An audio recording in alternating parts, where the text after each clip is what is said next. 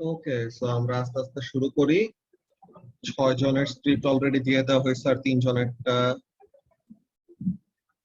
বাকি আছে। এটা চেকিং চলতেছে, আমরা ক্লাস করতে করতে পেয়ে যাব।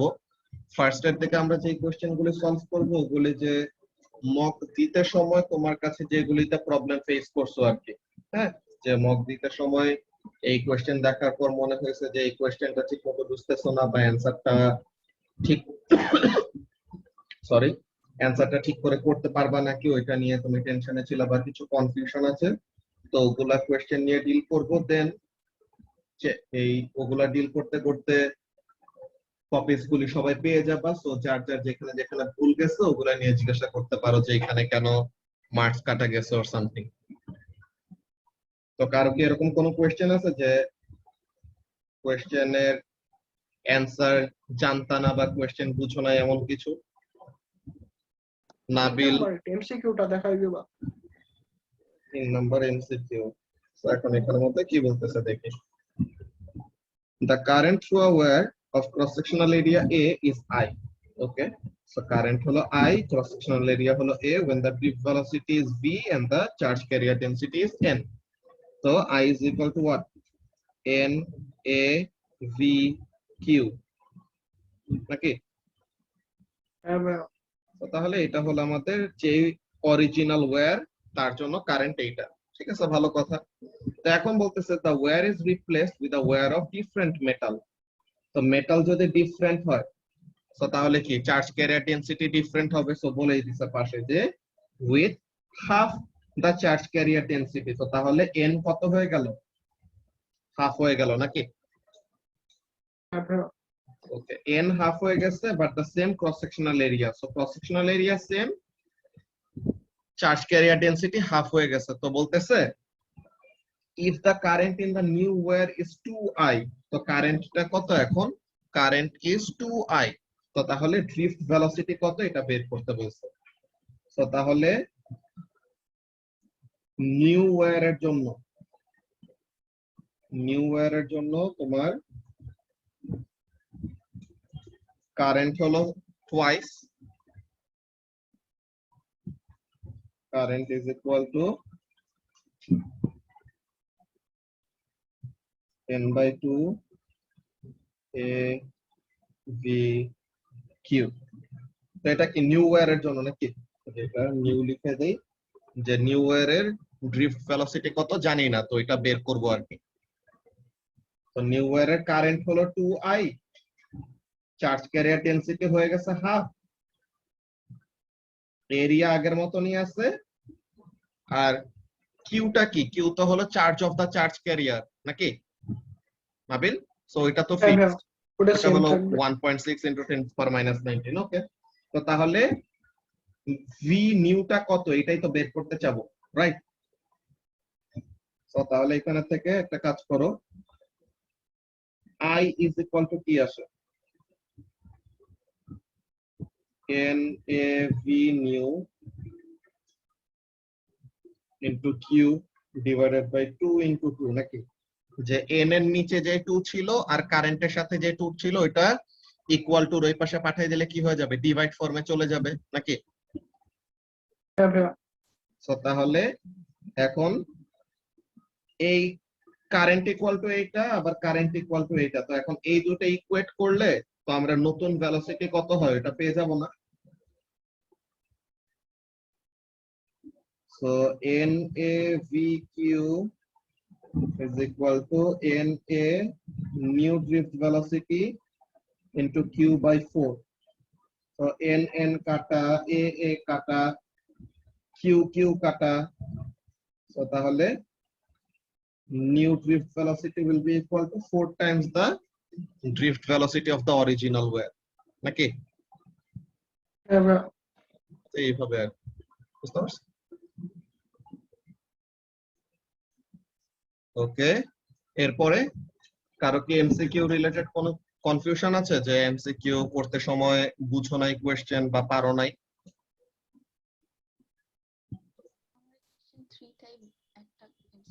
বুঝি নাই মারিয়া, কথা অনেক দূরে থেকে আসতেছে, একটু মাইক্রোফোন কাছে নিয়ে বলো। কোশ্চেন 3 তেই প্রবলেম ছিল। আচ্ছা ঠিক আছে, এরপর আর কারো কোনো কনফিউশন আছে এমসিকিউ তে?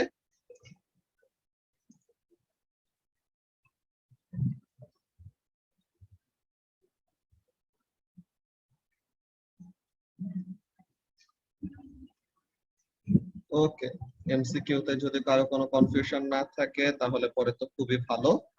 দেন থিওরি কোশ্চেনে কারো কোনো কনফিউশন আছে?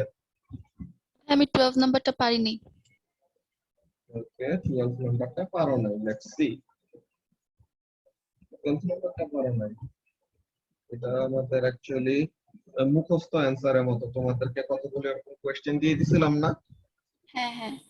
সো এখানে মধ্যে বলছে এটা কি, যে in the late 1880s it was discovered that a negatively charged zinc plate loses its charge when exposed to ultraviolet radiation.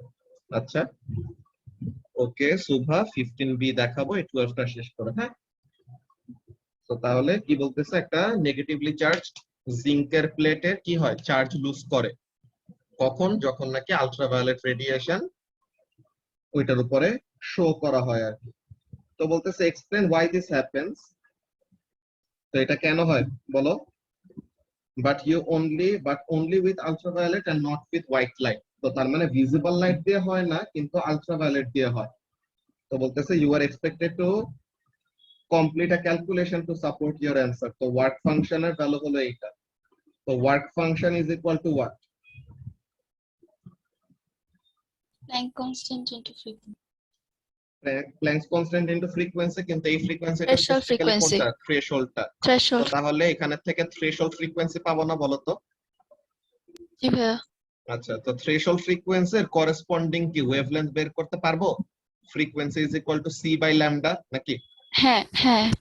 তো তখন ওখানে মধ্যে ল্যামডা বের করার পরে দেখবোটা কি, ল্যামডা বের করার পরে দেখবো যে আমাদের ভিজিবল স্পেকট্রামের ওয়েভলেন্থের রেঞ্জ কত, 400 ন্যানোমিটার 700 টু ন্যানোমিটার। 700 ন্যানোমিটার। তো আমরা দেখবো কি ওখানে ওয়েভলেন্থের ভ্যালুটা আরো ছোট, যে রিকোয়ার্ড ওয়েভলেন্থ, যে ওয়াট ফাংশন মানে কি, ওয়াট function is the minimum amount of energy required for photoelectric emission to occur, right?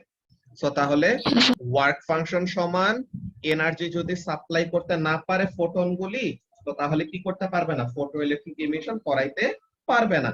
তো তাহলে আমরা ওয়েভলেন্থটা বের করে দেখবো কি, ওয়েভলেন্থটা বের করে দেখবো যে রিকোয়ার্ড ওয়েভলেন্থটা হলো ছোট কিন্তু ভিজিবল লাইটের ওয়েভলেন্থ হলো বেশি। তো ওয়েভলেন্থ বড় মানে তো এনার্জি কম, তাই না? হ্যাঁ ভাইয়া। তো তাহলে ওয়েভলেন্থ বড় মানে এনার্জি কম, তো এর জন্য ভিজিবল লাইট দিয়ে কি হবে না, ভিজিবল লাইট তাদের ফোটনের, যে the photons of visible light does not have enough energy to cause photoelectric emission, তো এর জন্য ভিজিবল লাইট দিয়ে হয় না কিন্তু আলট্রাভায়োলেট দিয়ে হয়। তো এর মানেটা কি, এনার্জি বিল্ড আপ হচ্ছে না, তাই না? যে তোমার কাছে মনে হতে পারে আচ্ছা ঠিক আছে তার এনার্জি কম, তো এনার্জিটা আস্তে আস্তে জমতে থাকুক, এনার্জি অ্যাকুমুলেট করতে করতে বা এনার্জি বিল্ড আপ হইতে হইতে এক সময় না এক সময় তো ওয়ার্ক ফাংশনের সমান হবে, তো তখন ফটোইলেকট্রিক ইমিশন হোক। But no, that's not how it works. Photoelectric ইমিশনটা আমাদের লাইটের কোন প্রপার্টিটা এখানে মধ্যে ডিল করতেছি, পার্টিকেল প্রপার্টি। ওয়েভ থিওরিটা এখানে কাজ করতেছে না। এইটা দেখে আমরা বুঝছি যে ওয়েভ থিওরি কাজ করতেছে না। কেন? যে একটা ফোটন আসলো, ইলেকট্রনকে এনার্জি দিল, এনার্জিটা যদি এনাফ হয় তো তাহলে সে এসকেপ করবে, এনার্জি যদি এনাফ না হয় তো তখন কি করবে, ওই ফোটনটাকে ফেরত পাঠিয়ে দিবে বা অ্যাবজর্ব করে ওইগুলাকে ছেড়ে দিবে আর কি, তাই না? সো তখন ফটো ইলেকট্রিক ইমিশন হবে না। তো এখানের মধ্যে আমাদের কাজগুলা কি, ফার্স্টে তো ক্যালকুলেশন করে আমরা থ্রেশহোল্ড ফ্রিকোয়েন্সি বের করলাম, এন্ড ওখান থেকে বললাম যে আলট্রাভায়োলেটের ফ্রিকোয়েন্সিটা থ্রেশহোল্ড ফ্রিকোয়েন্সিটাকে ফুলফিল করতে পারে কিন্তু ভিজিবল লাইট পারে না, বিকজ ভিজিবল লাইটের ফ্রিকোয়েন্সি কম। তো এইটা একটা কথা। দেন আমরা কি বলবো, যে the energy of photons depends on what, the energy of photons depends on frequency, so energy is proportional to frequency. দেন কি বলবো, যে একটা ফোটন এসে কয়টা ইলেকট্রনের সাথে ইন্টারঅ্যাক্ট করবে,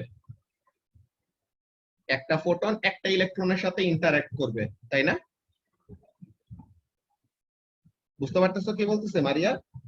হ্যাঁ ভাইয়া। So one photon will interact with one electron, এরপরে কাজটা কি, যে এনার্জি এখানের মধ্যে বিল্ড আপ হয় না সিঙ্গেল ইন্টারঅ্যাকশনে যদি কি করতে পারে ফটোইলেকট্রিক ইমিশন করাইতে পারে তো তাহলে হবে আর না হলে পরে হবে না এই যে electrons emitted by absorption of UV photon one photon absorb by one electron তো তার মানে একটা ফোটন একটা ইলেকট্রনের সাথে ইন্টারঅ্যাক্ট করবে ইফ ফ্রিকোয়েন্সি অ্যাবভ থ্রেশহোল্ড দেন কি করবে ইলেকট্রন এমিট হবে তো এইটা ইউজ করে ওয়ার্ক ফাংশনের করেসপন্ডিং ফ্রিকোয়েন্সি বা ওয়েভলেন্থ বের করবা সো এই যে ক্যালকুলেশনের জন্য এখানে মধ্যে মার্কস আছে দেন বলবো কি যে state visible frequency too low or visible লাইটের ওয়েভলেন্থ টু লং তো এর জন্য ভিজিবল লাইট দিয়ে হয় না আল্ট্রাভায়োলেট দিয়ে হয় বুঝতে পারছো হ্যাঁ ভাইয়া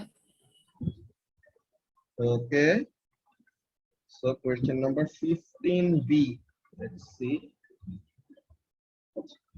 আইসল্যান্ড স্পার এটার বি নাম্বার আমরা দেখি এ নাম্বারে ফার্স্ট কি বলছিল Iceland spar is a crystalline form of calcite.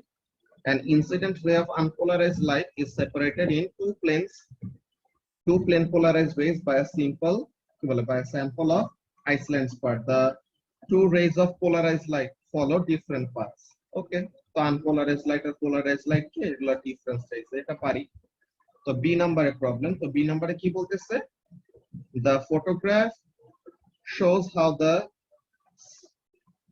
separate paths of light produce two images of object behind the sample so তাহলে লাইটটা তো কি করতেছে আইসল্যান্ড স্পারটা যে এই যে আমাদের ক্রিস্টালটা আছে এই ক্রিস্টালটার ভিতর দিয়ে লাইটটা পাস করতেছে কিন্তু তাদের এন্টারিং এর সময় যে ক্যালসাইটের ভিতরে যখন নাকি এন্টার করতেছে এই যে এই হলো আমাদের ব্লকটা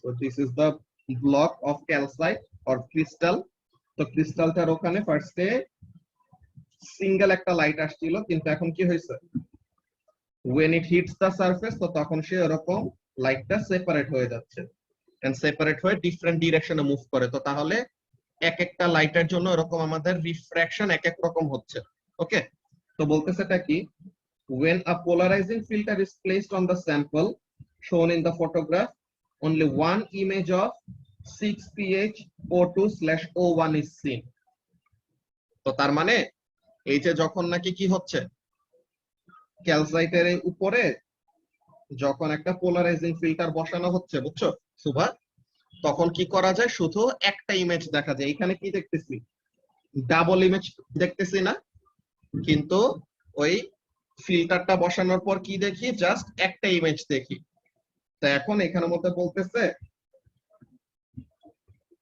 যে explain why only one image is seen যে একটা ইমেজ শুধু কেন দেখতেছে এখানের মধ্যে বলতে পারবা এটার ব্যাপারটা হলো আমাদের পোলারাইজেশন কয়টা ওয়েতে করা যায় বলো তো সুভা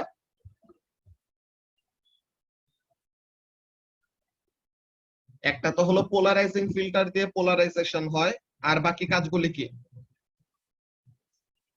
রিফ্লেকশন এন্ড রিফ্র্যাকশনের থ্রুতেও পোলারাইজেশন হয় না বলো তো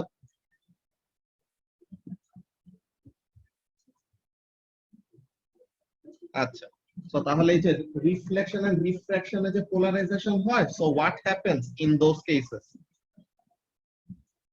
একটা সারফেস থেকে যখন নাকি রিফ্লেকশন এন্ড রিফ্র্যাকশন হবে সো এটা হয় যে একটা আনপোলারাইজড লাইট আসতেছে যে একটা আনপোলারাইজড লাইট আসলো কোন দিকে টুয়ার্ডস দিস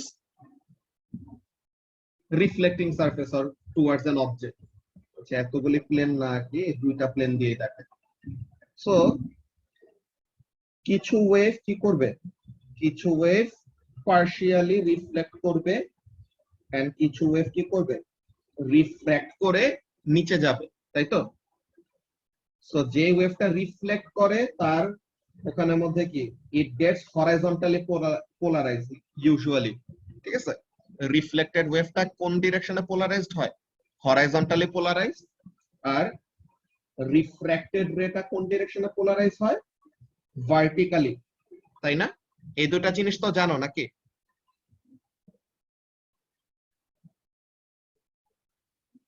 ওকে সো তাহলে এই দুটো জিনিস যদি জানো সো তাহলে পরে এখন ব্যাপারটা দেখো ইফ হ্যাঁ তা এখন তোমার this is your block.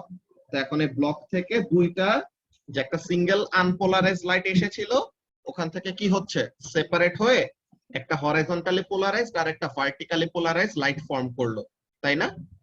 Now you place a polarising filter over here.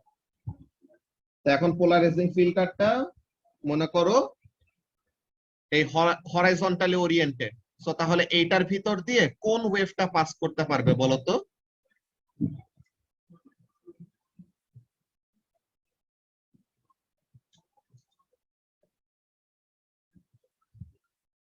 Exactly horizontal ডিরেকশনে oscillate করতেছে এরকম ওয়েভটা, মানে রিফ্লেক্টেড ওয়েভটা আর কি।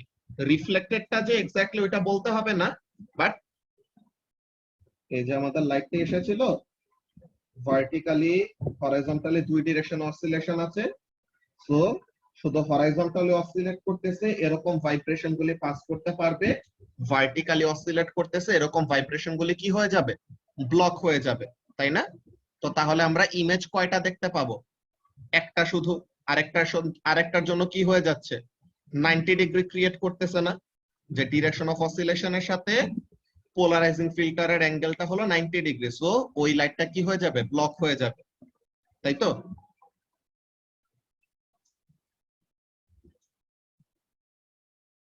সো এখানের জন্য কাজটা দেখো 15 এর দিকে। First of all, the idea that light transmitted only when in same plane or direction as of the polarizing filter, মানে polarizing filter যে ডিরেকশনে ওরিয়েন্টেড ওই ডিরেকশনের অসিলেশনটাকে শুধু কি করতে দিবে, পাস করতে দিবে। তো তাহলে এইটা ফার্স্টে একটা কথা।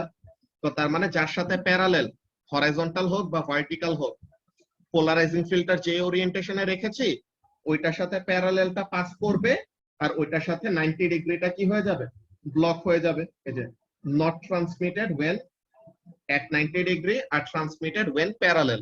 তো এটা হলো একটা মার্ক। ওকে, এরপর rays of each image are polarized in different planes, তাই না? একটা হলো হরাইজন্টালি, একটা হলো ভার্টিক্যালি। সো তাহলে ডিফারেন্ট প্লেনে রে অফ লাইট গুলি পোলারাইজ হচ্ছে। দেন when the polarizing filter is আচ্ছা এটা তো জাস্ট একটা ইমেজ কেন দেখে ওইটার জন্য 2 মার্ক। এরপরে আরেকটা কোশ্চেন ছিল, কি কোশ্চেন বলছে যে and des সরি এরপর বলতেছে কি, এরপর বলতেছে যে describe what could be seen as the polarizing as the filter is rotated through 360 degree। তো ফিল্টারটা 360 ডিগ্রি রোটেট করলে কি হবে? তো এই যে এখানে কাজটা কি, পোলারাইজিং ফিল্টারটা যখন রোটেট করব তো তখন কি হবে, ইমেজটা আমাদের ফেইন্ট হয়ে যাবে নাকি? যে মনে করো initially just horizontally oriented oscillation গুলি পাস করতেছিল, সো তখন ইনিশিয়ালি ইন্টেন্সিটি অফ লাইট হলো ম্যাক্সিমাম। তো যত আমরা এটাকে রোটেট করাবো, যে এখন মনে করো হরাইজন্টাল পজিশন থেকে একটু বাঁকাই দিছি, তো এখন কি পুরা ভাইব্রেশনটা পাস করতে পারবে? এখন তো পুরাটা পাস করতে পারবে না, কিছু কম্পোনেন্ট পাস করবে নাকি সুবা? সো তাহলে এখানের মধ্যে যদি কিছু কম্পোনেন্ট পাস করে তো তার মানে কি ইন্টেন্সিটি অফ লাইট কমে যাবে, সো তাহলে the image will become fainter. আর ভার্টিক্যাল ডিরেকশনে যে অসিলেশনটা আছে তারও কিছু কম্পোনেন্ট পাস করা শুরু করবে, so what will happen, original ইমেজটা ফেইন্ট হইতে থাকবে এন্ড আদার ইমেজ ওইটা আস্তে আস্তে ভিজিবল হইতে থাকবে। তো এই কথাটা বলছে when the polarizing filter is rotated the image becomes fainter, মানে অরিজিনালি যেই সিঙ্গেল ইমেজ দেখতেছিলাম ওইটা ঝাপসা হয়ে যাচ্ছে and the other image becomes visible। তো এটাতে হলো একটা মার্ক, and কত অ্যাঙ্গেলে কোনটা কোনটা হচ্ছে ওইটা। তো কি জিনিস, 90 ডিগ্রি রোটেট করলে কি হবে, ফার্স্টে 0 ডিগ্রিতে হরাইজন্টালি ওরিয়েন্টেড লাইটটা দেখতে পাচ্ছিলাম, 90 ডিগ্রি অ্যাঙ্গেলে যদি রোটেট করি সো তখন কি হবে, অরিজিনাল ইমেজটা পুরাটা ব্লক হয়ে যাবে এন্ড আদার ইমেজটা তখন ভিজিবল হবে। 180 ডিগ্রি রোটেট করলে কি হবে, আবার আগের পজিশনে চলে আসলো, তো তার মানে তখন আবার ফার্স্ট ইমেজটা দেখতে পাবো। 270 ডিগ্রি রোটেট করলে দেন আবার ভার্টিক্যালটা পাস করতে পারবে এন্ড অরিজিনালটা ব্লক হয়ে যাবে। 360 করলে পরে আবার অরিজিনালটা দেখতে পাবো এরকম। বুঝতে পারছো? ও তো তাহলে এই জিনিসটা ছিল আমাদের 15B। দেন আর কার কার কোন কোন কোশ্চেনে প্রবলেম আছে, কোন কনফিউশন থাকলে পরে বলতে পারো, ওগুলা নিয়ে আমরা ডিসকাস করব। এন্ড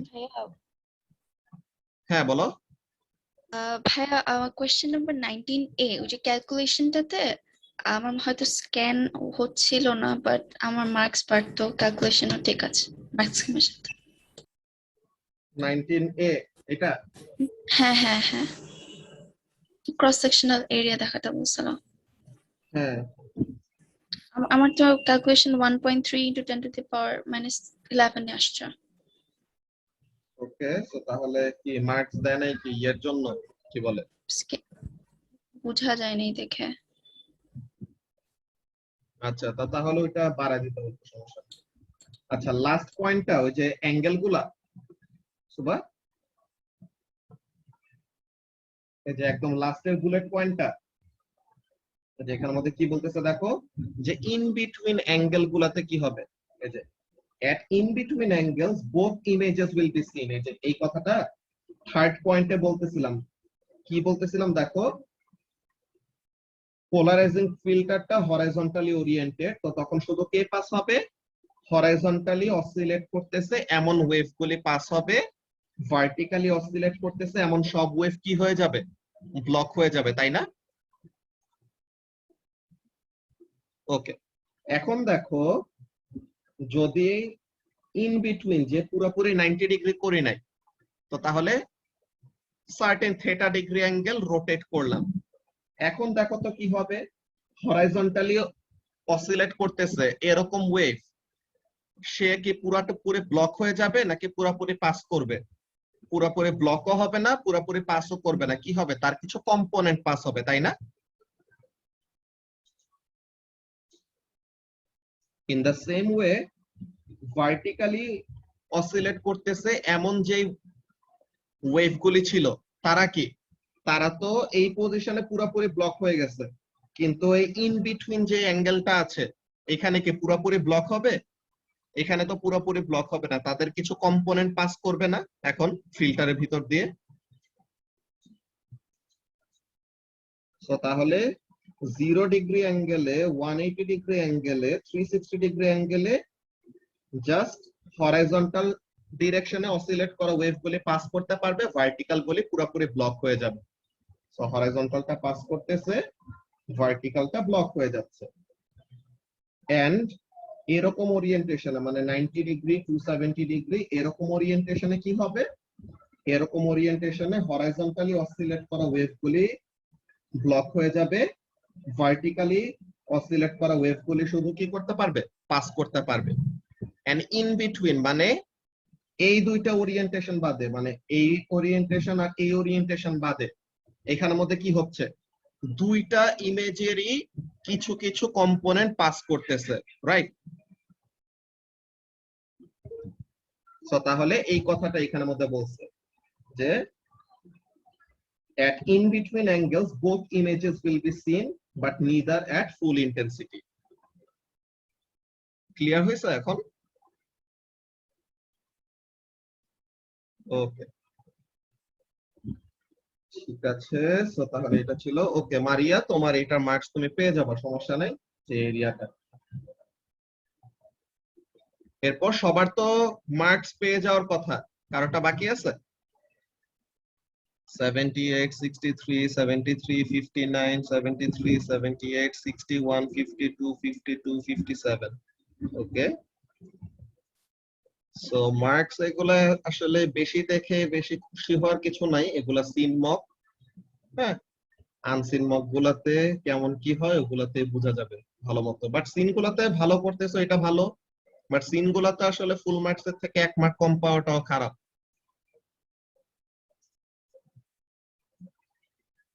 আচ্ছা, সো এখন আর কারো কি কোনো স্পেসিফিক কোয়েশ্চেনে প্রবলেম আছে, যে এই কোয়েশ্চেনে ইয়ে বুঝো না এরকম? আচ্ছা, তোমার কপিগুলির ম্যাথের অ্যান্সার গুলি থেকে 1 মার্ক করে কেটে দিয়েছে। আচ্ছা, সো 1 মার্ক করে কেন কেটেছে? দাঁড়াও, তোমার কপিটা আমি দেখি।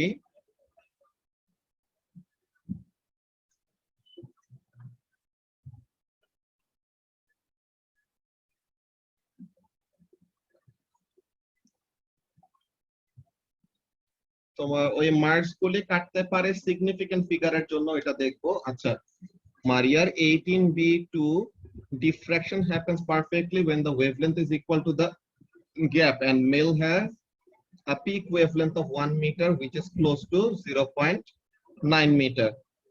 তো এখন এখানে -2 করে দিল। -2 তো এরকম পুরোটা করার কথা না নাকি? কোনটা? 18b2. It is suggested that a male voice may be heard in this way more effectively than a female voice. তো কেন? তো তাহলে এটা তো অ্যানসার তো ঠিকই আছে, মাইনাস তো নরমালি করার কথা না।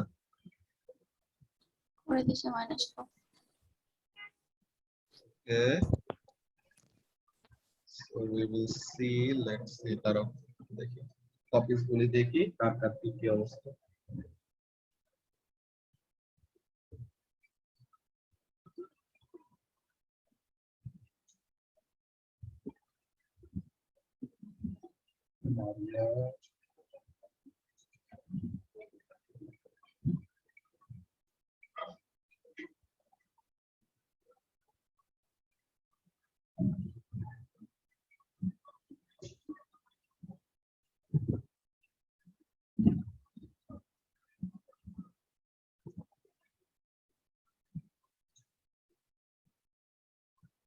Okay, let's see, marks committee বলা এমন কিছু বলার কথা।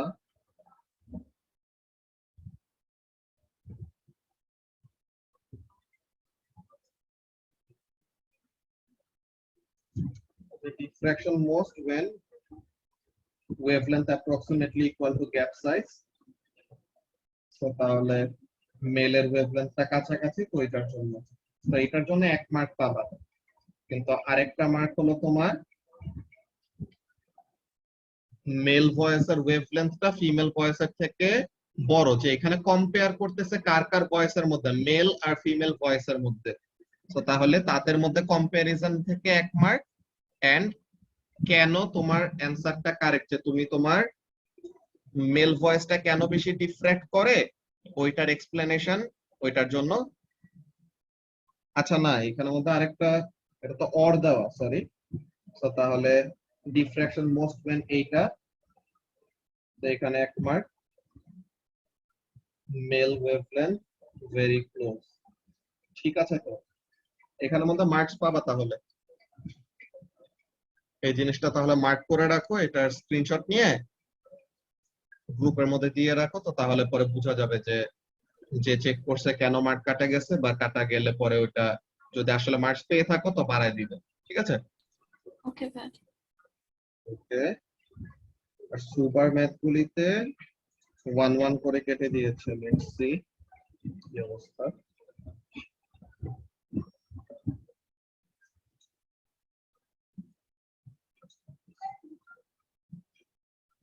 কত কত নাম্বার প্রত্যেকটাতেই?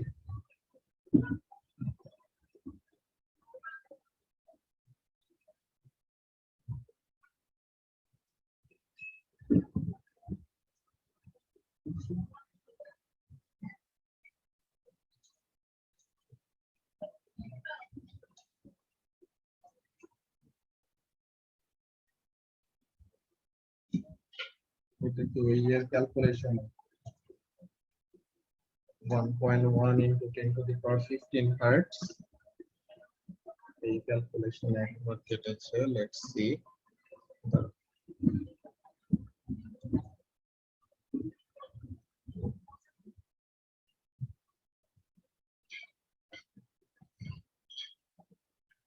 আচ্ছা, তো তোমার এখানে রাউন্ড আপ করতে ভুল হয়েছে, বুঝছো? এটা আসলে হবে 1.0।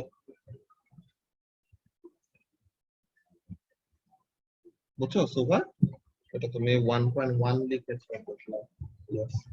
এটা রাউন্ড আপ করলে 1.0 হবে। হ্যাঁ, রাউন্ড আপ তো করতে বলেনি, কিন্তু তোমার গিভেন ইনফরমেশন কত সিগনিফিকেন্ট ফিগারে বলো তো? তোমার গিভেন ইনফরমেশন যত সিগনিফিকেন্ট ফিগারে, ফাইনাল অ্যান্সার তত সিগনিফিকেন্ট ফিগারে দিবা। তো তাহলে রাউন্ড আপ যদি করতে নাও বলে থাকে, তো তখন তোমার কি করা লাগবে? প্রোভাইডেড ইনফরমেশনের সিগনিফিকেন্ট ফিগারের সমান করে দিতে হবে। আর শো দ্যাট এর ম্যাথের সময় কি করা লাগে জানো? যে শো দ্যাট এর কোশ্চেন আসলে পরে তখন কত সিগনিফিকেন্ট ফিগারে অ্যান্সার দিতে হয়?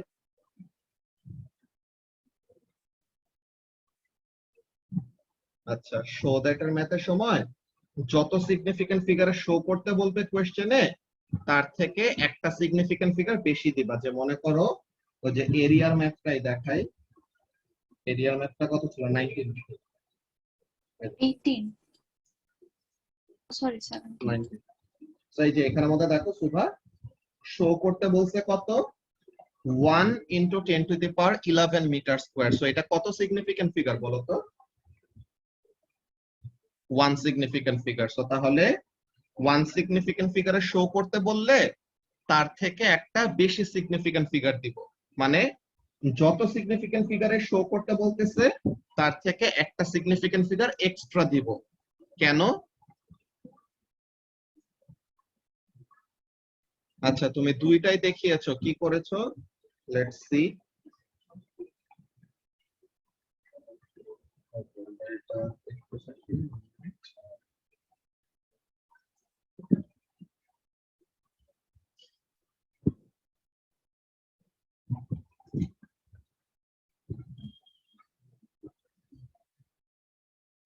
ওকে, এখানে 19.2 লিখেছো, সো তাহলে এটার জন্য 1 মার্ক।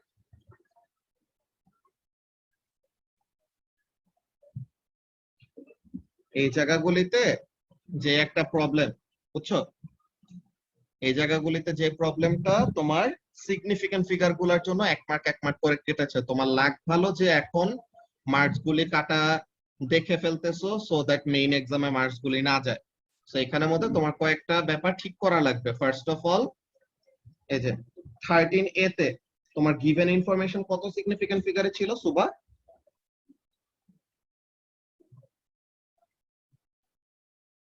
2। সো তাহলে তোমার ফাইনাল অ্যান্সারটা কত দিতে হবে? 19.2 সামথিং। যত কিছুই ক্যালকুলেটরে আসুক, আমাদের ওটাকে কত সিগনিফিকেন্ট ফিগারে দিতে হবে? গিভেন ইনফরমেশন যততে আছে তত। তো তার মানে 19 সেকেন্ডস হবে আমাদের অ্যান্সারটা। বুঝতে পারছো?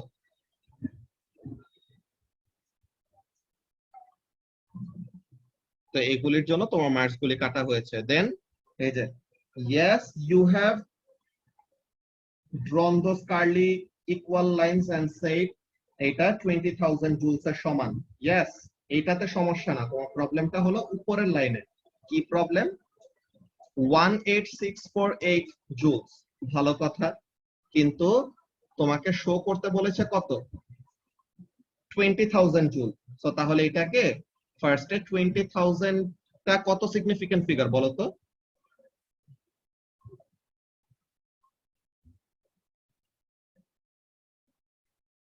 এটা আসলে 5 সিগনিফিকেন্ট ফিগার বলা যায়, কিন্তু আসলে ব্যাপারটা প্রথম প্রথম ওই ভ্যালুর পরে যতগুলি পরে জিরো আসবে ওগুলিকে আমরা এরকম সিগনিফিকেন্ট ফিগার ধরি না। যে 20,000 টাকে কিন্তু অ্যাকচুয়ালি আমরা বলি 1 সিগনিফিকেন্ট ফিগার। বুঝছো? তোমার যদি 100,100, তো তাহলে ওইটাকে কত বলবো? ওইটা কিন্তু 1 সিগনিফিকেন্ট ফিগারের ভ্যালু। বুঝতে পারছো? সো তাহলে তোমার 20,000 শো করতে বলছে। So what you should have done, তোমার ক্যালকুলেটরের ভ্যালু ঠিক আসছে কত? 18,648 জুলস। সো তাহলে এটাকে 2 সিগনিফিকেন্ট ফিগারে লিখলে কত হবে? 19,000, রাইট?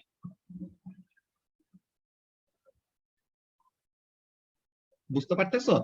সো তাহলে 19,000 জুল যদি লিখো তুমি পরের লাইনে, তো তখন তুমি ফুল মার্কস পেয়ে যাবে। ওকে, দেন তোমার পার্সেন্টেজেরটাও সেম কাহিনী। যে গিভেন ইনফরমেশন টু সিগনিফিক্যান্ট ফিগারে, সো তাহলে ফাইনাল পার্সেন্টেজটাও ওই টু সিগনিফিক্যান্ট ফিগারে দিতে হবে। ওকে, এই জিনিসগুলো যে মার্কস স্কিমের মধ্যে দেখাই, এটা কত নাম্বার কোয়েশ্চেন? 13 না? মার্কস স্কিমের এই অ্যানসার গুলি, মার্কস স্কিম ইউজ করা কয়েকটা ব্যাপার একটু শিখে ফেলতে হবে। এটা দেখো, তোমার ক্যালকুলেটরে যত বড় কিছুই আসুক না কেন, তোমার ফাইনালি মার্কসটা আসবে এই টাইম ইকুয়াল টু এটা দেখলে একটা মার্ক পাবা। দেন এই যে এটা কত দিতে হবে? টু সিগনিফিক্যান্ট ফিগারে অ্যানসারটা লিখতে হবে। তো তাহলে তুমি এইটা দেন অ্যাপ্রক্সিমেটলি 20,000 দিলে ফাইনাল যে 1 মার্কের ভ্যালুটা, ওই 1 মার্কটা পাচ্ছ না। দেন তোমার এই যে 26.3 বা 2 যত পার্সেন্টই আসুক, গিভেন ইনফরমেশন টু সিগনিফিক্যান্ট ফিগারে, তো ফাইনাল অ্যানসারটাও কি করতে হবে? ওই টু সিগনিফিক্যান্ট ফিগারে রাউন্ড আপ করে ফেলতে হবে। বুঝছো? সব সময় বলে দিবে না যে রাউন্ড আপ করো বা এত সিগনিফিক্যান্ট ফিগারে অ্যানসার দাও, অন্য সময় কোয়েশ্চেন দেখে আমাদের ডিসিশন নিতে হবে। আচ্ছা, এই মিটিং এর টাইম 1 মিনিটের কম আছে, আমরা নেক্সট মিটিং এ কন্টিনিউ করি।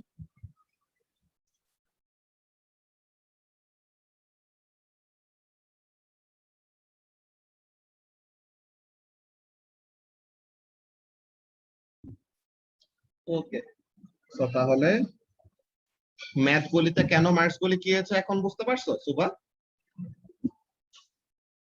সো এই সিগনিফিক্যান্টের ব্যাপারগুলি এরপর থেকে ঠিক করলে মার্কস গুলি এগুলি অনেক মার্কস বেশি পাবা। ওকে, দেন আর কার কার কোন কোন কোশ্চেন রিলেটেড কনফিউশন আছে বলো। 17 বিট একটু বুঝাই দাও। 17 এর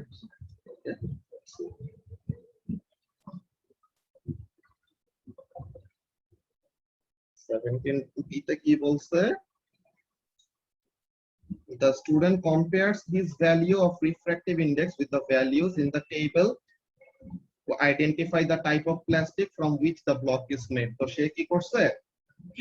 সে একটা ট্রান্সপারেন্ট প্লাস্টিক ব্লকের angle of incidence, angle of refraction use করে he determined the refractive index. ভালো কথা। তো এখন তার রিফ্রাক্টিভ ইন্ডেক্সটা আসলো। এখন এইটা আসলে কেমন টাইপের প্লাস্টিক দিয়ে বানানো সেইটা জানতে চায়। তো সে কি করছে? মনে করো ইন্টারনেটে সার্চ করছে, তো ওখানে থেকে কতগুলি ডেটা ভ্যালু আসছে। কেমন? এ টাইপের প্লাস্টিকের রিফ্রাক্টিভ ইন্ডেক্স এত, বি টাইপের প্লাস্টিকের এত, সি টাইপের প্লাস্টিকের এত, ডি টাইপের এত, ই টাইপের এত, এরকম এরকম ডিফারেন্ট ডিফারেন্ট প্লাস্টিকের রিফ্রাক্টিভ ইন্ডেক্সের ইনফরমেশন সে পাইছে। তো এখন বলতেছে comment on the limitations of using this method to identify the type of plastic and suggest how the method may be improved. তো এখন এখানের মধ্যে দেখো, ফার্স্ট অফ অল তোমার রিফ্রাক্টিভ ইন্ডেক্স গুলো কত? এগুলি সবগুলি আমাদের 4 সিগনিফিক্যান্ট ফিগার নাকি, অর থার্ড ডেসিমাল প্লেস পর্যন্ত অ্যাকিউরেট ভ্যালু বের করা নাকি নাবিল? হ্যাঁ ভাইয়া। তো কিন্তু তোমার এই যে এখানের মধ্যে সে যে অ্যাঙ্গেল অফ রিফ্রাকশন আর অ্যাঙ্গেল অফ ইনসিডেন্স যে পাইছিল, এগুলি কি এত বেশি প্রিসাইজ? এগুলিতে এত বেশি প্রিসাইজ না। তো এখন এইগুলা দিয়ে, তো এইটা দিয়ে যখন নাকি আমরা কি পাবো? রিফ্রাক্টিভ ইন্ডেক্সটা পাবো, এটা কত আসবে? টু সিগনিফিক্যান্ট ফিগারে নাকি? হ্যাঁ ভাইয়া।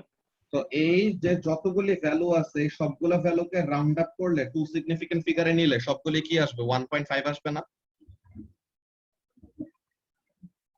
সো তাহলে আমাদের কিন্তু ডিফারেন্স বের করার কোনো সুযোগ নাই এখানের মধ্যে, ঠিক আছে, যে আসলে কোন টাইপের প্লাস্টিকের আন্ডারে পড়তেছে। তো এটার জন্য what we need to do, আমাদের প্রিসিশনের ইমপ্রুভমেন্ট আনতে হবে, তাই না? এখানের মধ্যে কাজটা কি? এই যে maximum 3 marks for criticism and 3 marks for improvement. যে ক্রিটিসিজমের মধ্যে থেকে ম্যাক্সিমাম 3 পাবা, ইমপ্রুভমেন্টের মধ্যে থেকে ম্যাক্সিমাম 3। দুইটা দুইটা করে দিতে পারো, তিনটা একটা, আর একটা তিনটা, যেভাবে করে পারো পয়েন্টগুলো দিবা। কি কি আছে দেখো।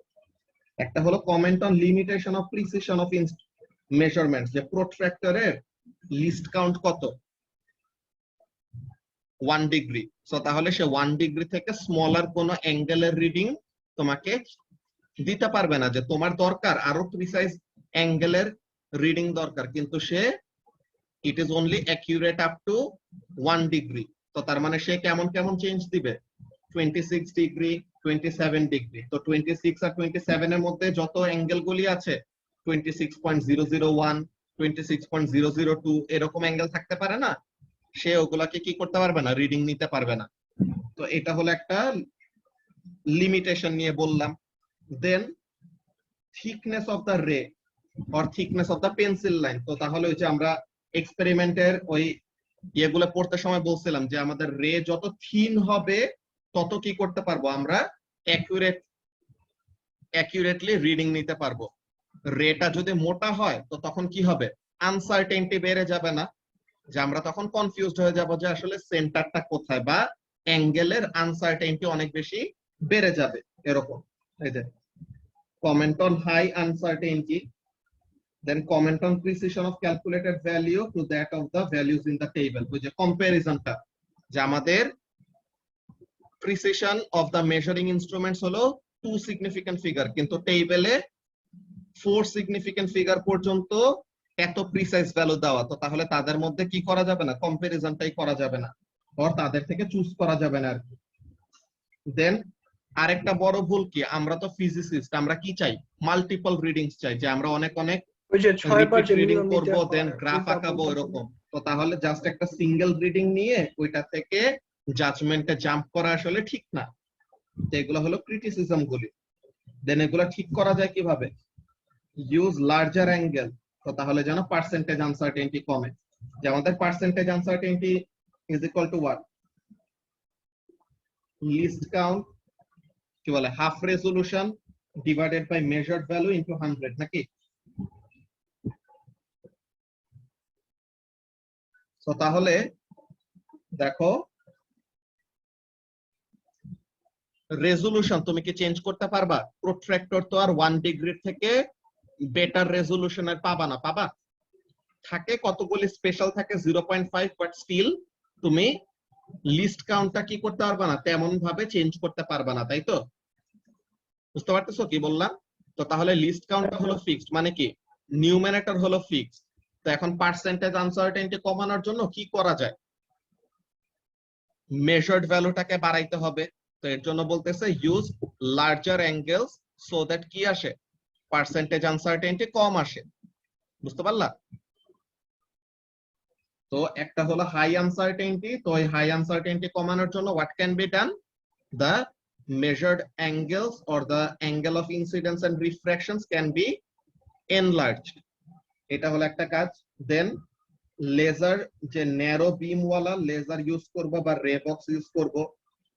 দেন হচ্ছে সিঙ্গেল মেজারমেন্ট না নিয়ে কি করতে হবে, রেঞ্জ অফ ভ্যালুজ এর রিডিং নিতে হবে। এরপর determine the mean value or average, যে sine i versus sine r বা sine r versus sine i এরকম গ্রাফে কে গ্রেডিয়েন্ট থেকে বের করতে হবে। বুঝতে পারছো? বুঝছি। ওকে, সো এটা গেল কোশ্চেন নাম্বার 17B। এরপরে আর কার কার কোন কোন কোশ্চেনে কনফিউশন আছে?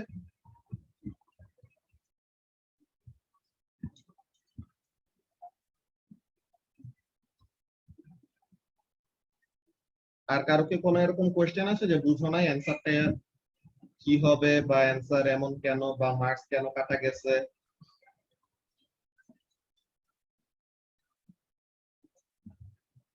রিক্তি, লামিয়া, আচ্ছা কোশ্চেন নাম্বার 11 এ প্রবলেম।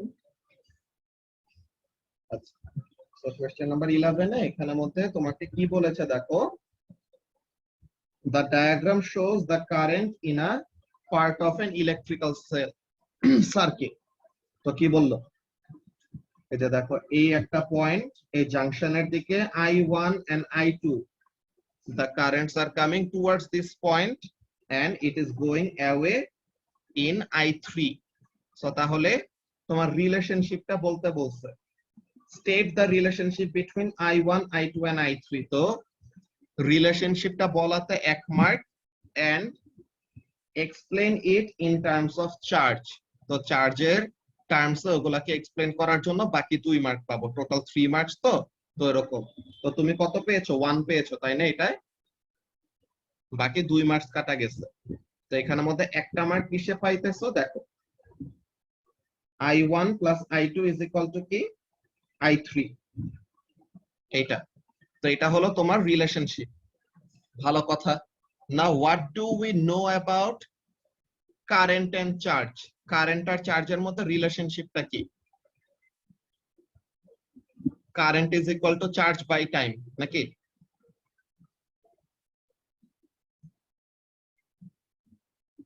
সো তাহলে current is equal to charge by time. So ব্যাপারটা এরকম লেখা যায় তোমার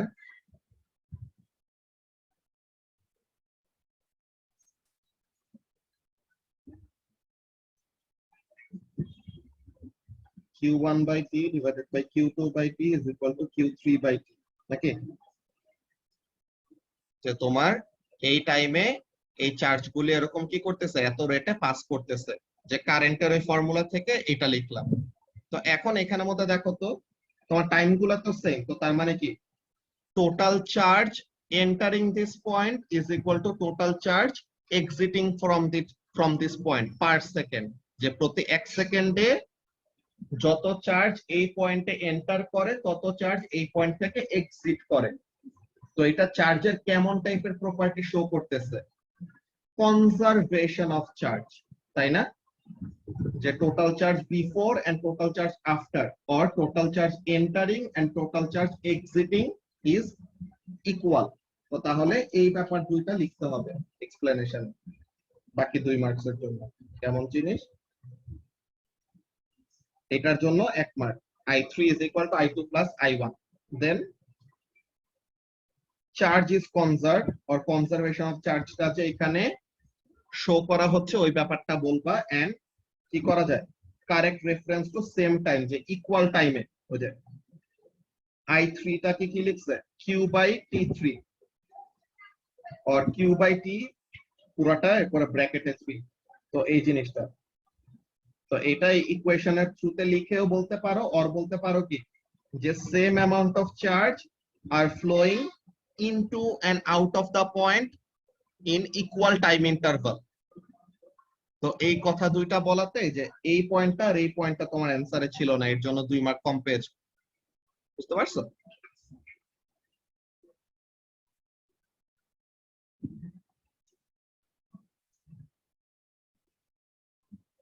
ওকে,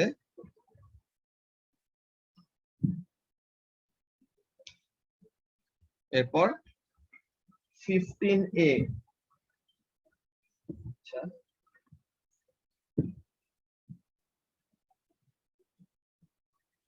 15A তে পোলারাইজড এন্ড আনপোলারাইজড লাইটের ডেফিনেশন গুলা। আচ্ছা, তো পোলারাইজড এন্ড আনপোলারাইজড লাইটের ডেফিনেশন এখানের মধ্যে কি? পোলারাইজড এর মধ্যে কি হবে?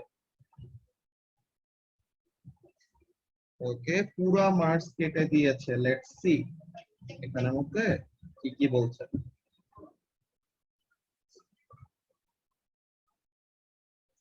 আনপোলারাইজড লাইটে কি হয়? মাল্টিপল ডিরেকশনসে অসিলেশন থাকে, আর পোলারাইজডে জাস্ট একটা সিঙ্গেল ডিরেকশন অসিলেশন থাকে। এই জায়গাটায় খুবই খুবই ইম্পর্টেন্ট দুইটা জিনিস। হ্যাঁ, কি কি ব্যাপার দেখো। পোলারাইজড লাইটে তুমি যদি কি বলো, ডিরেকশন অফ অসিলেশনের কথা বলো, তো তখন এখানের মধ্যে কি বলবা? Direction of oscillation is perpendicular to the direction of wave propagation. ঠিক আছে, এই ব্যাপারটা অলওয়েজ মাথায় রাখতে হবে। কি জিনিস? তুমি যদি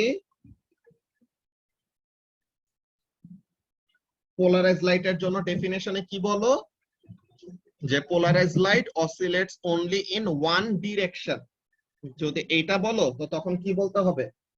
that direction of oscillation must be perpendicular to the direction of wave propagation. মানে ওয়েভটা যেদিকে মুভ করছে ওই ডিরেকশন অফ মুভমেন্টের সাথে ডিরেকশন অফ প্রপাগেশনটা কি থাকতে হবে? পারপেন্ডিকুলার থাকতে হবে।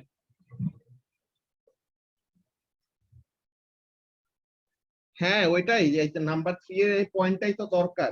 এই জিনিসটা তোমাদেরকে তো লিখে দিছিলাম। এই ভাইয়া ব্যাপারগুলো প্রপাগেশন আর ওয়েভ ট্রাভেল কি এক জিনিস না? হ্যাঁ, direction of wave propagation or direction of wave travel একই কথা। আচ্ছা, আমার দিয়ে মার্ক কাটছে ভাই, 1 মার্ক। আচ্ছা, তো তাহলে ওখানের মধ্যে দেখে বাড়াবো, সমস্যা নেই, দেখবনি। আচ্ছা ভাই, দেখো, সমস্যা। ওকে, তো এইটা কিসে গেল এখানের মধ্যে খেয়াল করো। আচ্ছা, ওয়েভ মোশন দিয়েছো, তো তাহলে ওখানের মধ্যে মার্কস পাবা, সমস্যা নাই। কিন্তু এখানের মধ্যে যেই দুইটা ব্যাপার আমি বলতেছি, এই জিনিসটা দেখো, তারা কি বলতেছে, এটা ডিরেকশন অফ অসিলেশন নিয়ে যদি বলো তো তাহলে এই 3টা পয়েন্ট। কিন্তু তুমি যদি প্লেন নিয়ে বলো, যে আনপোলারাইজ লাইট কি থাকে, মাল্টিপল প্লেনে থাকে, আর পোলারাইজ লাইট কি থাকে, সিঙ্গেল প্লেনে থাকে। তো প্লেন নিয়ে যদি কথা বলো, তো তখন কি বলতে হবে মারিয়া? তখন বলতে হবে the plane includes the direction of Direction of wave propagation or direction of propagation, যেটাই বলো। ওকে, সো এখন দাঁড়াও দেখি তোমরা কে কে কি কি লিখলা।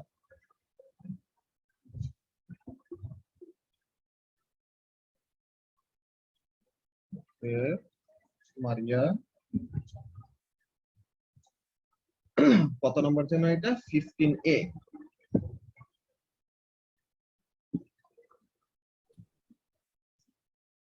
কি লিখছো? Polarized light has the direction of oscillation in one parallel plane, না one plane, ঠিক আছে? Whereas unpolarized light oscillates in all direction। এই যে এই জায়গাটায় এই জিনিসটাই তুমি মিক্স আপ করছো। পোলারাইজ লাইটের জন্য বলছো প্লেন, আর আনপোলারাইজ লাইটের জন্য বলছো ডিরেকশন। স্টিল তোমাকে একটা মার্ক বেশি দিছে, এখানে আরেকটা মার্ক কাটা দরকার ছিল, বুঝছো? পোলারাইজ লাইটের সময় কি বলছো, প্লেনের কথা বলছো, আর আনপোলারাইজ লাইটের সময় বলছো ডিরেকশন অফ অসিলেশন, তাই না? তো তাহলে এখানে কিন্তু মিক্স আপ করলে পরে হবে না। আর ওখানের মধ্যে তুমি যেটাই বলো না, যে পারপেন্ডিকুলার থাকা লাগবে, অর প্লেন যদি বলে থাকো, তো প্লেনের মধ্যে কি থাকতে হবে, ডিরেকশন অফ অসিলেশনটাকে বা ডিরেকশন অফ প্রপাগেশনটাকে ইনক্লুড করতে হবে। ওকে, আচ্ছা নাবিলেরটা লেটস সি। 1 মার্ক কাটছে, কি জিনিস? Polarized light are waves traveling in single plane which includes the direction of the wave travel, R unpolarized light are waves traveling in multiple planes। হ্যাঁ, এখানের জন্য mark পাবা নাবিল। আচ্ছা ভাই, ওকে, তারপর সুবারটা না,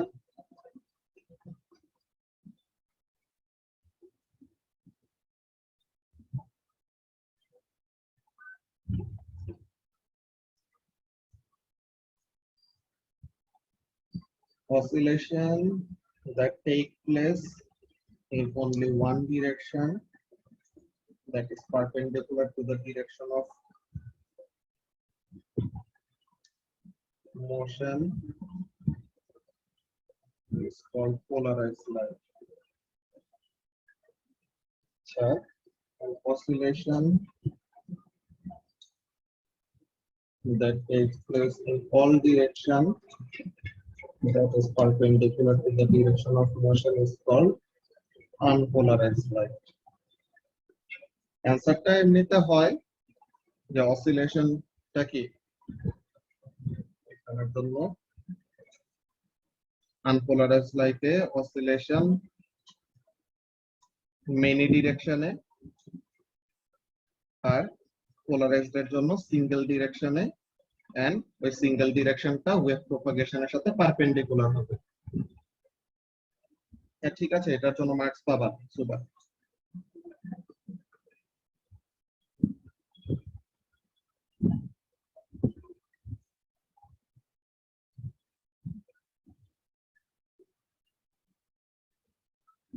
এরপরে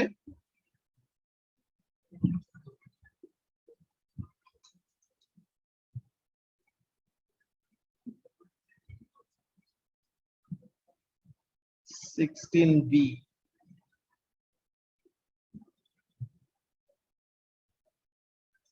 threshold frequency is shown on the graph.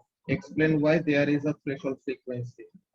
তো এখানের মধ্যে কি থ্রেশহোল্ড ফ্রিকোয়েন্সিটা যে এখানে দেখানো, তো বলতেছে কেন একটা থ্রেশহোল্ড ফ্রিকোয়েন্সি থাকে। সো তাহলে কি যে এখানে আমাদের মিনিমাম একটা এনার্জি দরকার হয় কিসের জন্য, ইলেকট্রনকে মেটাল সারফেস থেকে বের হয়ে আসার জন্য কমসে কম একটা certain amount of energy supply করতে হবে বাই দা ফোটন। যদি ওই এনার্জি সে না পায় তো তাহলে কি করতে পারবে না, সে মেটাল সারফেস থেকে এসকেপ করতে পারবে না। তো এখন এখানের মধ্যে বলতেছে যে কি কি, one photon interacts with one electron only, কি বলে ফোটনের এনার্জিটা ফ্রিকোয়েন্সির উপরে ডিপেন্ড করে আর ফ্রিকোয়েন্সির সাথে ইনক্রিজ করে E is equal to hf. Idea that there is a minimum energy required and electron emission only can occur যদি ফ্রিকোয়েন্সিটা কি হয়, greater than threshold frequency হয়। ওকে, তো তোমার 2 মার্কস কাটছে না। So let's see.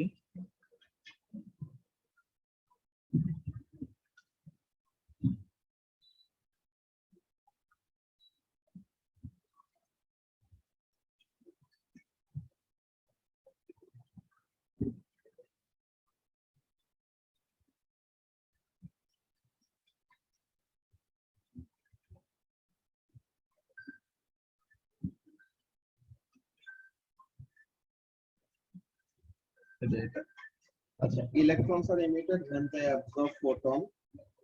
One photon interacts with one electron. One photon interacts with one electron by square part. Threshold frequency is the frequency above which electron can be emitted. এটা না যে এটা হলো at which, যে যেই ফ্রিকোয়েন্সিতে electron emission হয়, তো সমস্যা নেই, তো ওইটার থেকে বেশি লাগতে জানাতে কাইনেটিক এনার্জি থাকে। ওকে, the frequency of the wave should be greater than this threshold frequency in order to emit electron.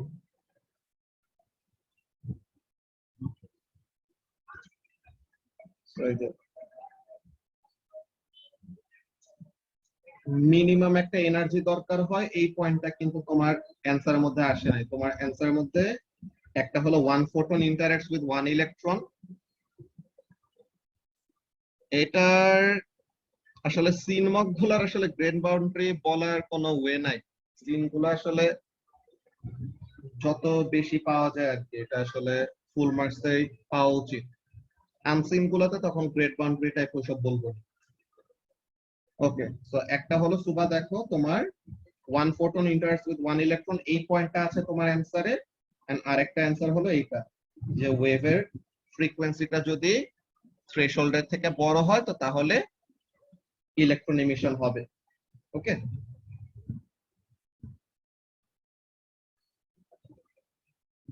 So তাহলে তোমার একটা হলো ফোটনের এনার্জিটা যে ফ্রিকোয়েন্সির উপরে ডিপেন্ড করে, আর মিনিমাম যে একটা এনার্জি দরকার হয় এমিশনের জন্য, এই দুইটা পয়েন্ট তোমার অ্যানসারের মধ্যে নাই। বুঝতে পারছো? তো এর জন্য এই দুইটা মার্ক পাও নাই।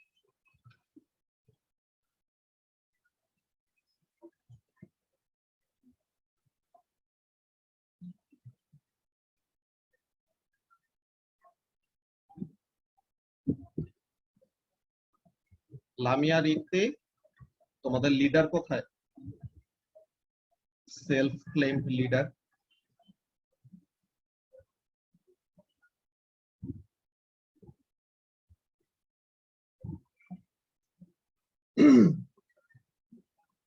লিডার এইসব কাজ করলে হবে?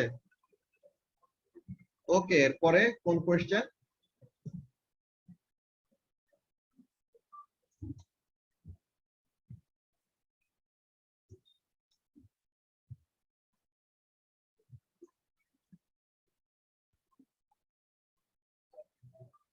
এরপরে কারো আর কোনো কনফিউশন আছে? 19C।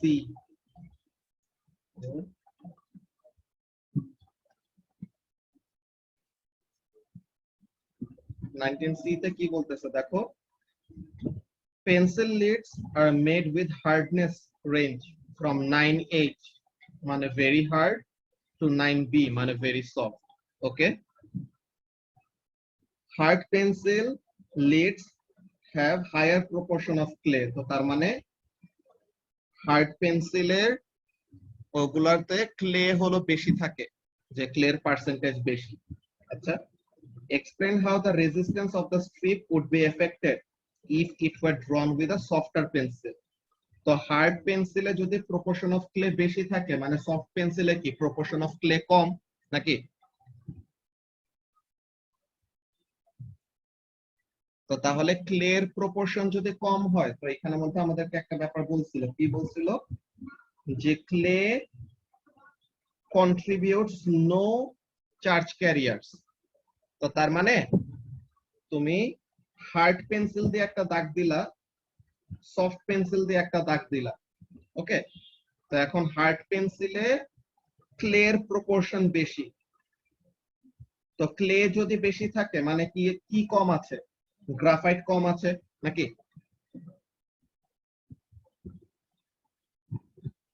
তো তার মানে হার্ড পেন্সিলে ক্লে বেশি, গ্রাফাইট কম। তো গ্রাফাইট কম মানে কি নাম্বার অফ চার্জ ক্যারিয়ার বেশি নাকি কম হবে? Clay contributes no charge carriers, so clay বেশি যদি থাকে তো তার মানে কি নাম্বার অফ চার্জ ক্যারিয়ার কম আছে। তো তাহলে এখানের মধ্যে কি হবে, চার্জ ক্যারিয়ার যদি কম থাকে তো তখন রেজিস্ট্যান্স রিলেটেড জিজ্ঞাসা করছো, ওইটাতে আমরা আসবো, সমস্যা নাই। তো তাহলে চার্জ ক্যারিয়ার যদি কম থাকে তো তার মানে ওইটাতে কি রেজিস্ট্যান্সটা বেশি। তো তার মানে হার্ড পেন্সিলের ওখানে কি হবে, রেজিস্ট্যান্সের ভ্যালুটা বেশি হবে, কিন্তু সফট পেন্সিলে ওখানে মধ্যে কি সফট পেন্সিলে ক্লের প্রপোর্শন হলো কম, তাই না? তো সফট পেন্সিলে ক্লের প্রপোর্শন যদি কম হয় তো তাহলে ওই সেম লাইনের মধ্যে ক্লে কম আছে মানে কোনটা বেশি, গ্রাফাইট বেশি নাকি? সো গ্রাফাইট যদি বেশি হয় তো তার মানে it will be able to contribute larger number of charge carrier. So তাহলে larger number of charge carrier যদি কন্ট্রিবিউট করে তো তখন ওখানের মধ্যে কি হবে, কারেন্ট বেশি ফ্লো করবে। তো কারেন্ট যদি বেশি ফ্লো করে মানে রেজিস্ট্যান্স কি হবে, কম। এই যে এখানের মধ্যে কি বলতেছে 19C তে,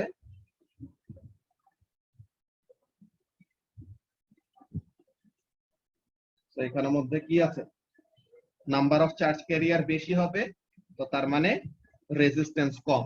অর অন্য কথা দিয়েও বলা যায়, কি বলা যায়, সফট পেন্সিলের ক্রস সেকশনাল এরিয়া, যে সফট পেন্সিল দিয়ে যে দাগ টানবা তো ওই দাগের কি হবে, থিকনেসটা হবে বেশি।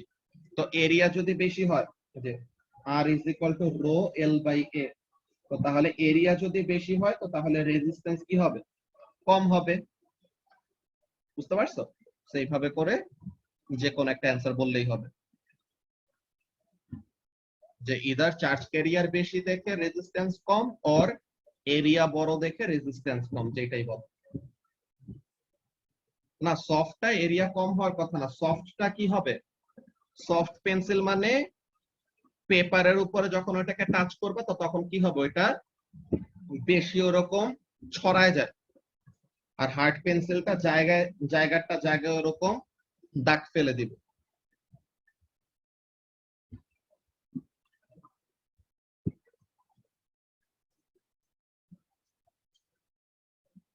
ওকে, তাহলে এটা গেল 19C। কি লামিয়া, তোমাদের বস এরকম জ্বললে পরে হবে?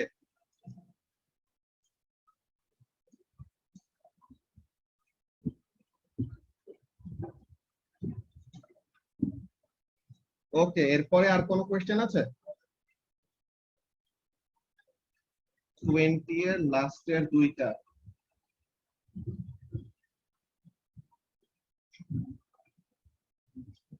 লাস্টের কি D and C?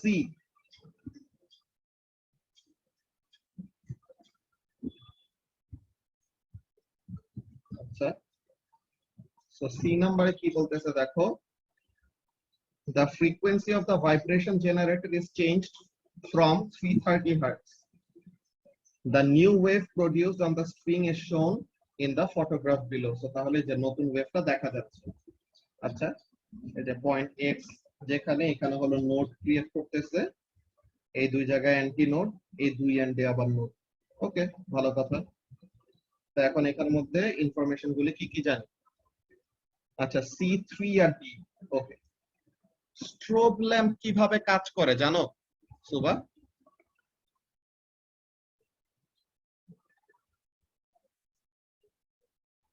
ওকে, তো স্ট্রোব ল্যাম্প বেসিক্যালি এরকম একটা ল্যাম্প, আমাদের নরমাল লাইটও, যে তোমার রুমে যে লাইট আছে, আমরা নরমালি যে সব বাল্ব আর টিউব লাইট ইউজ করি, এইগুলা লাইটও কিন্তু আসলে ব্লিঙ্ক করে, বুঝছো? কিন্তু এটা আমরা নরমালি চোখে দেখতে পাই না। তোমার ক্যামেরার শাটার স্পিড দিয়ে যদি তুমি কোনো ম্যানিপুলেশন করতে পারো, যে কতগুলি ক্যামেরা তো এরকম প্রো মোড থাকে না, আর ডিএসএলআর ক্যামেরাগুলিতে যেরকম শাটার স্পিড চেঞ্জ করা যায় আর এক্সপোজার টাইম চেঞ্জ করা যায়, ওইটা করলে তো তখন ওই নরমাল লাইট গুলো ব্লিকারিং দেখা যায়। তো এখন স্ট্রোব ল্যাম্প কিভাবে করে কাজ করে এই জিনিসটা বুঝাই বলি। দেখো, তো স্ট্রোব ল্যাম্পটা তোমার একটা সার্টেন ফ্রিকোয়েন্সিতে অন অফ হয়। হ্যাঁ, স্ট্রোব ল্যাম্পটা কি করে, একটা সার্টেন ফ্রিকোয়েন্সিতে অন অফ হয়। নাও ব্যাপারটা দেখো, এই জায়গাটায় আমরা জিনিসটা কি দেখতেছি, এইখানের মধ্যে কিন্তু আমরা স্ট্রোব ল্যাম্প দিয়ে কয়েকটা কাজ করা যায়। কি করা যায় খেয়াল করো।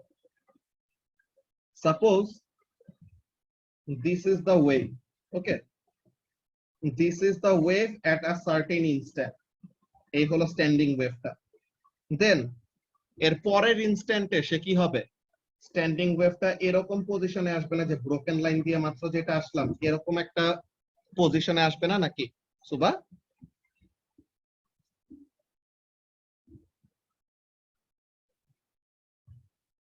যে স্ট্যান্ডিং ওয়েভটা কি করে, আমাদের এরকম জায়গায় থেকে যে নোটগুলি ফিক্স থাকে, অ্যান্টি নোটগুলো এরকম উপরে নিচে যায়, একবার ক্রেস্টে যায় অ্যান্টি নোট ক্রিয়েট করে, একবার ট্রাফে যায় অ্যান্টি নোট ক্রিয়েট করে।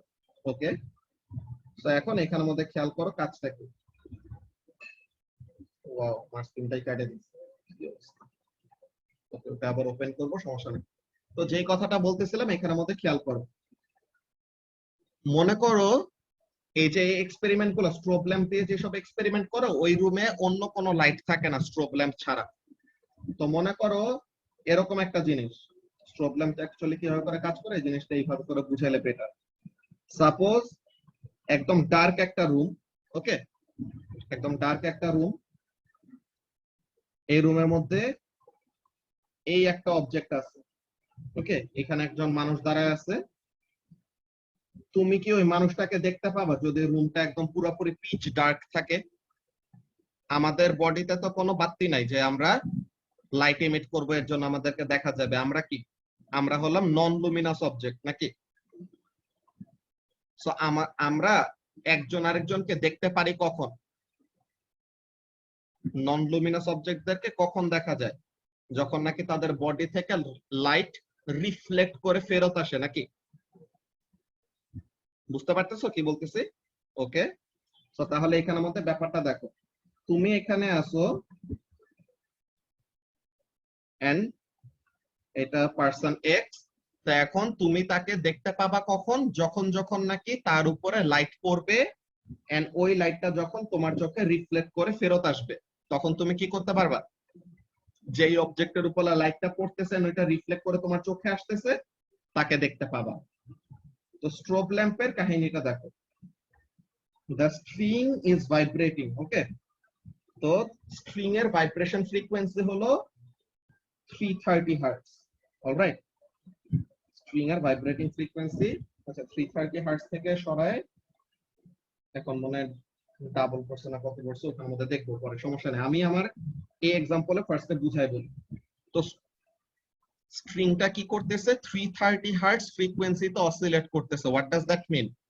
প্রতি 1 সেকেন্ডে কয়বার কমপ্লিট অসিলেশন করতেছে? 330 টাইমস।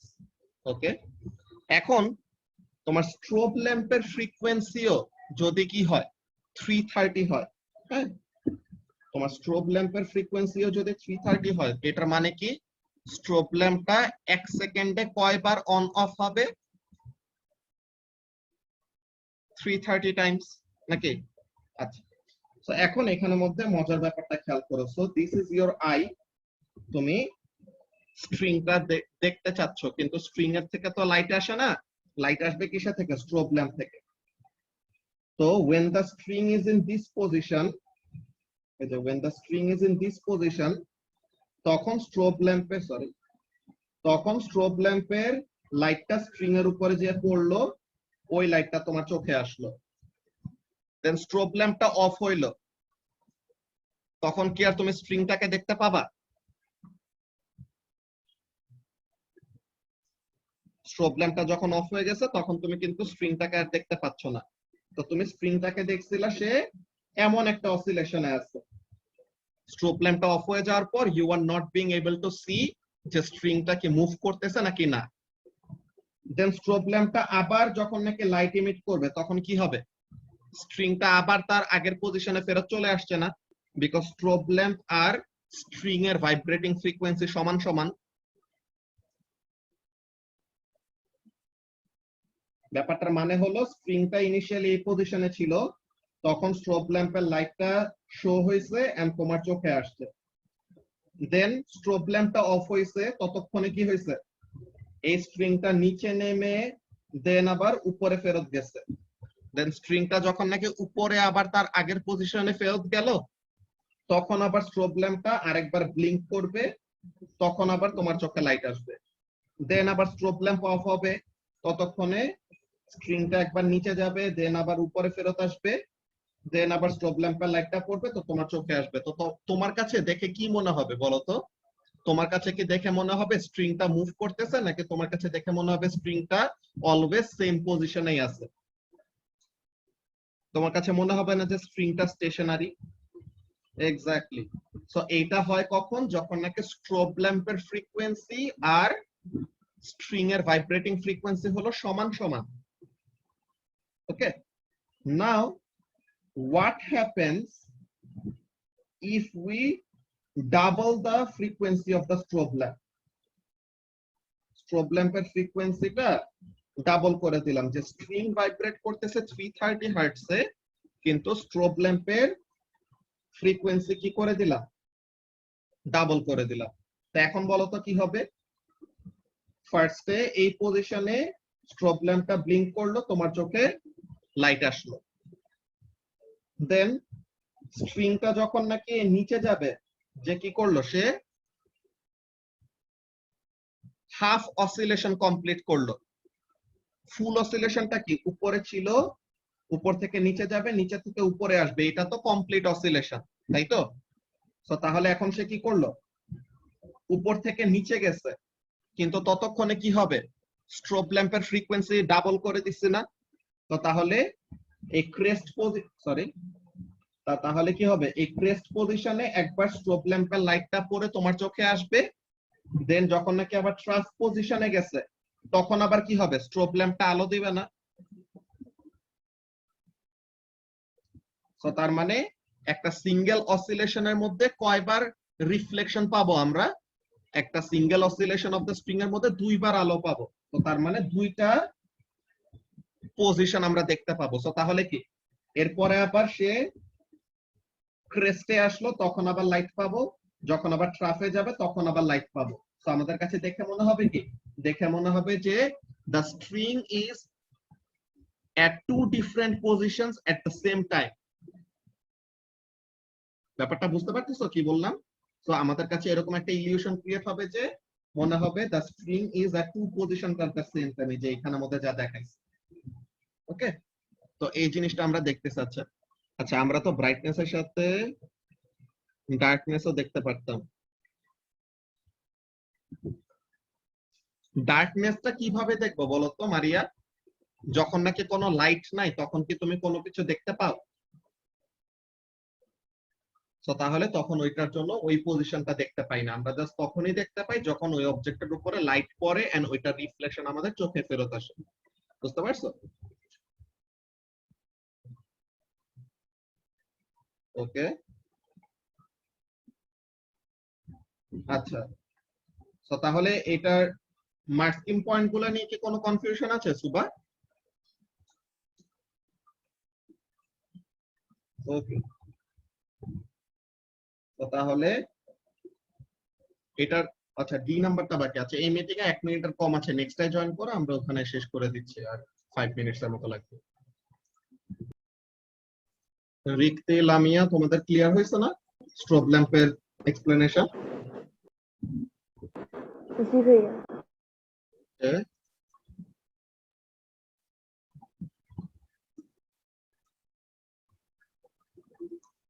আচ্ছা, সো তাহলে ডি নাম্বার, আমরা মার্কসটা অন করে নিই।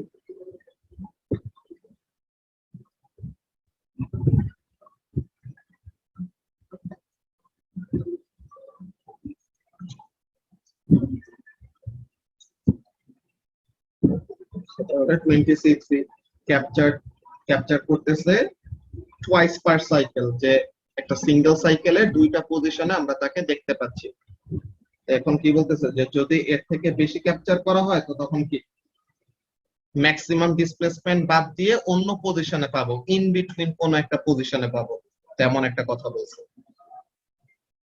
এন্ড ডি নাম্বারে কি ছিল? The frequency of vibration generated is adjusted by turning the dial shown below. The student measures the frequency of vibration by reading from the scale shown on the dial. So তাহলে যে এখানে এখন বলতেছে explain a disadvantage of this method. এইটা দেখ, ডায়ালের ইয়েটা দেখছো কত মোটা, মোটা ডায়ালের জন্য আমাদের কিন্তু আসলে কনফিউজ হয়ে যাবে যে এটা 500 এটা 600, ভালো কথা 1 2 3 4 5 পাঁচটা ডিভিশন, তো তার মানে 20 করে করে, তো 520 540 560 580।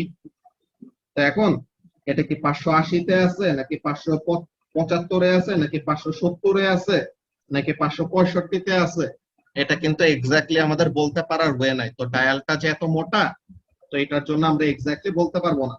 তো ডায়ালটা যদি এরকম মোটা না হয় চিকন হইতো, তো তখন পিন পয়েন্ট করা যেত, যে এক্স্যাক্টলি বলা যেত ফ্রিকোয়েন্সির ভ্যালুটা কত। তো এটা হলো একটা ব্যাপার। দেন আমাদের এখানের মধ্যে কাজটা কি, যে ফ্রিকোয়েন্সি এখানের মধ্যে যা দেখায় পুরাটা অমন অ্যাকুরেট না, যে আমাদের প্রিসিশনের ব্যাপার, যে মাঝের ডিভিশন গুলি কি 20 হার্টজ করে ডিফারেন্স, তো তার মানে কি লিস্ট কাউন্টটা হলো অনেক বড়, এর জন্য পার্সেন্টেজ আনসার্টেনিটি খুবই কি হবে, বড় আসবে। একটা হলো স্কেল ডিভিশনস অফ এইটা, white pointer or nominal input only. তো তাহলে ল্যাক অফ প্রিসিশন, ওই যে স্কেল রিলেটেড প্রিসিশন কম, এমন টাইপের কমেন্ট করবো। ওকে, সো এটা ছিল 20 নাম্বার, এটাই তো লাস্ট কোয়েশ্চেন। আর কারো কি কোনো কোয়েশ্চেন বাকি আছে?